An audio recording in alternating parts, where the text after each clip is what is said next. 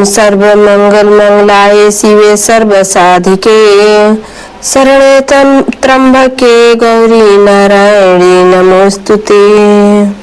ये चौथा अध्याय है, आप लोग सुनिए।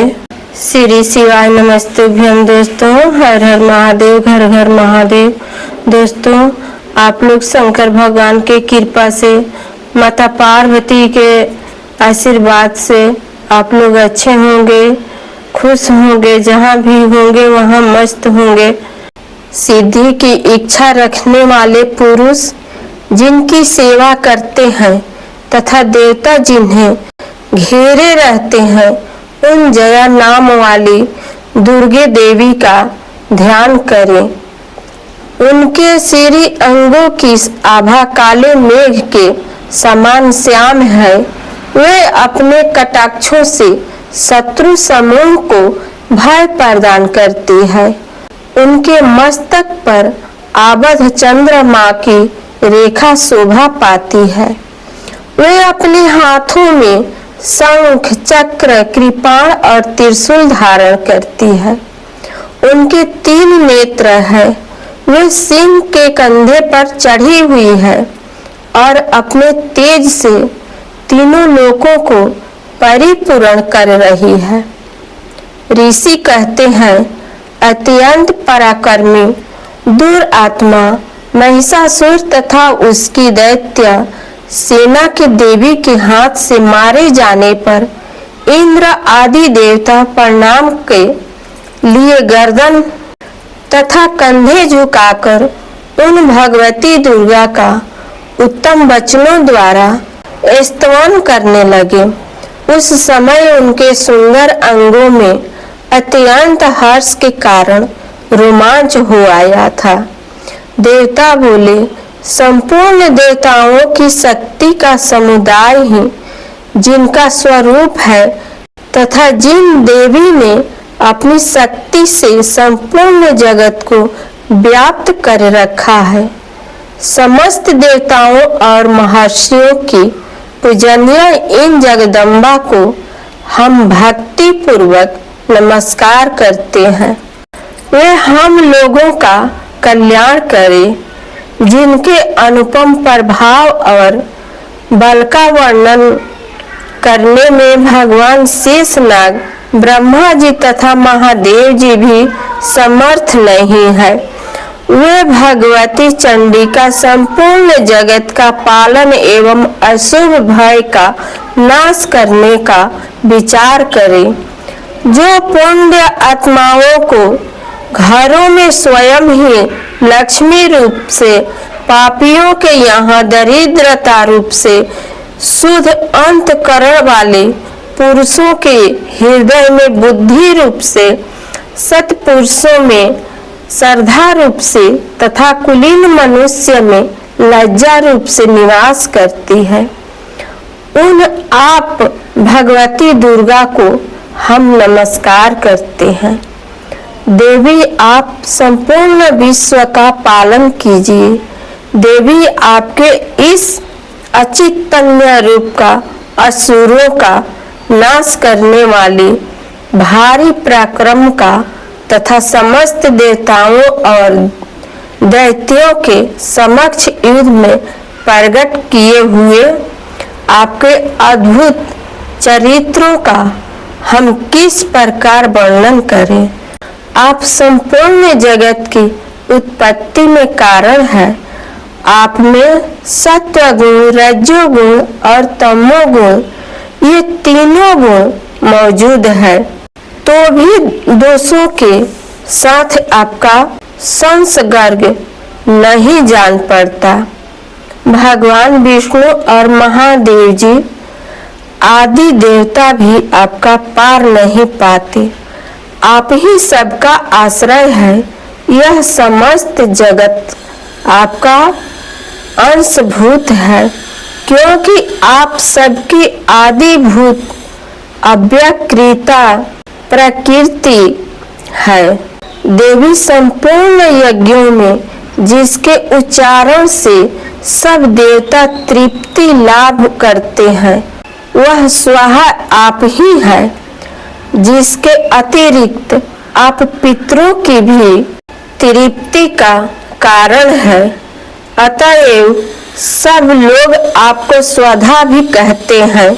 देवी जो मोक्ष की प्राप्ति का साधन है, अचितन्य है, महाव्रत स्वरूपा है, समस्त दोषों से रहित जितेंद्रिय तत्वों को ही सार वस्तु मानने वाले तथा मोक्ष की अभिलाषा रखने वाले मुनिजन जिसका अभ्यास करते हैं, वह भगवती परा विद्या आप ही है।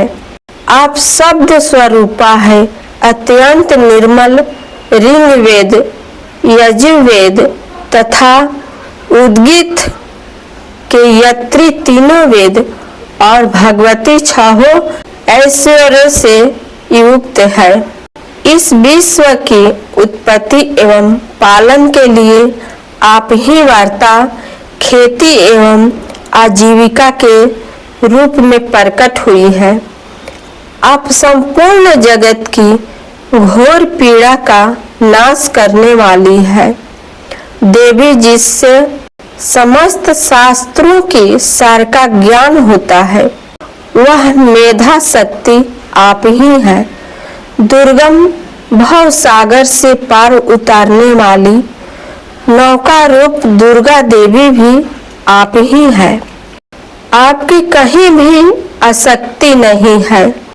कैटभ के शत्रु भगवान विष्णु के वक्ष स्थल में एकमात्र निवास करने वाली भगवती लक्ष्मी तथा भगवान चंद्रशेखर द्वारा सम्मानित गौरी देवी भी आप ही है। आपका मुख मंद मुस्कान से सुशोभित निर्मल पूर्ण चंद्रमा के बिंब का अनुकरण करने वाला और उत्तम स्वर्ण की मनोहर कांति से कमनीय है, तो भी उसे देखकर महिषासुर को क्रोध हुआ और सहसा उसने उस पर प्रहार कर दिया। यह बड़े आश्चर्य की बात है।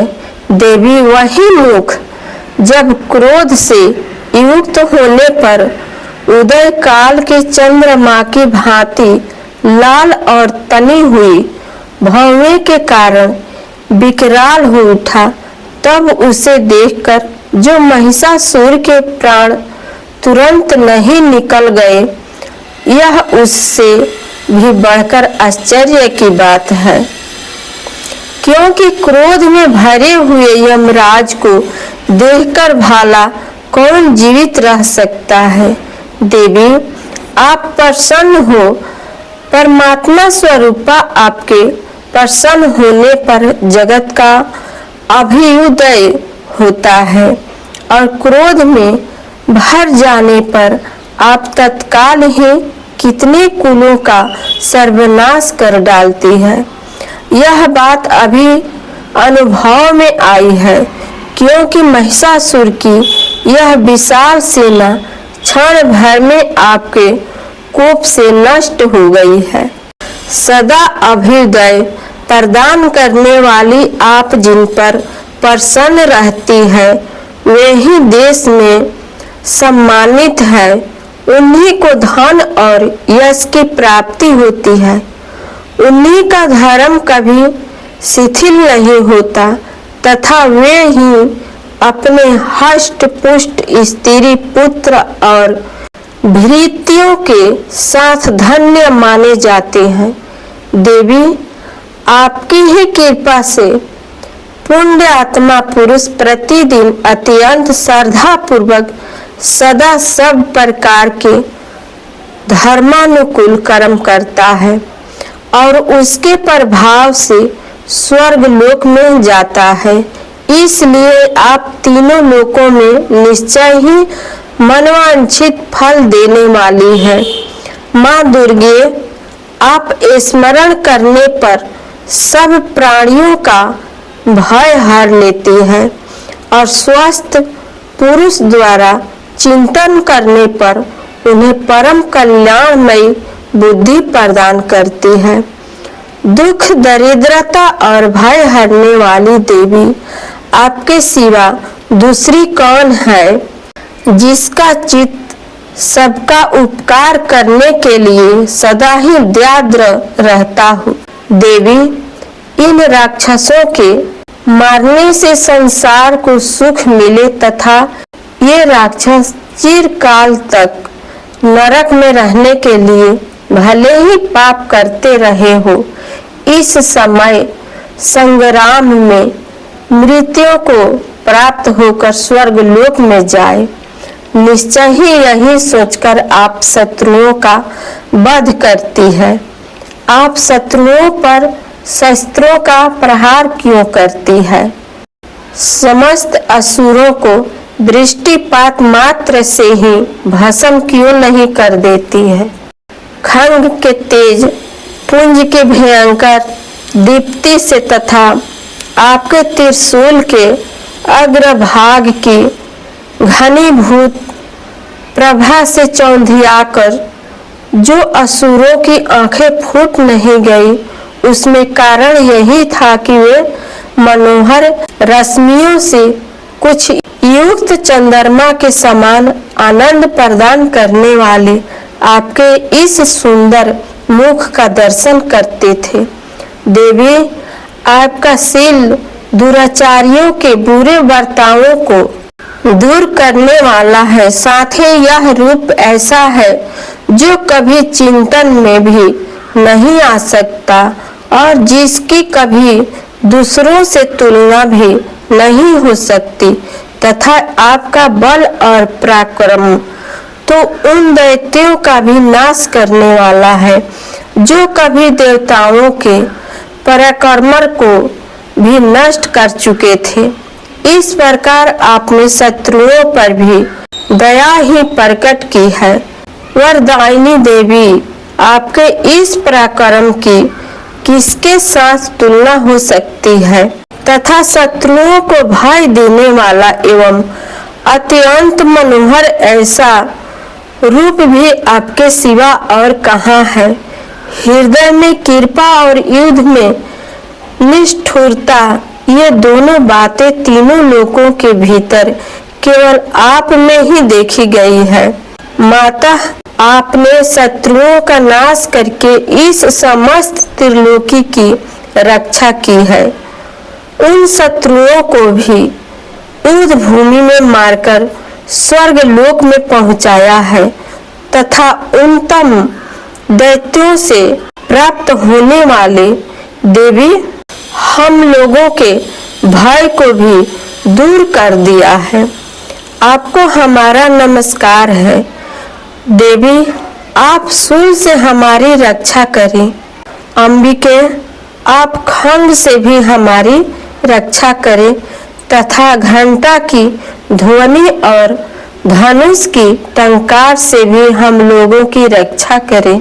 चंडी के पूर्व, पश्चिम और दक्षिण दिशा में आप हमारी रक्षा करें तथा ईश्वरी अपने त्रिशूल को घुमाकर आप उत्तर दिशा में भी हमारी रक्षा करें।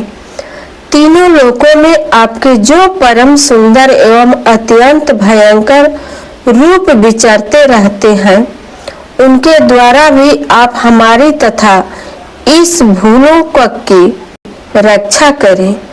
अंबिके, आपके कर पलवों में शोभा पाने वाले खंग, शूल और गदा आदि जो जो अस्त्र हो, उन सब के द्वारा आप सब ओर से हम लोगों की रक्षा करें।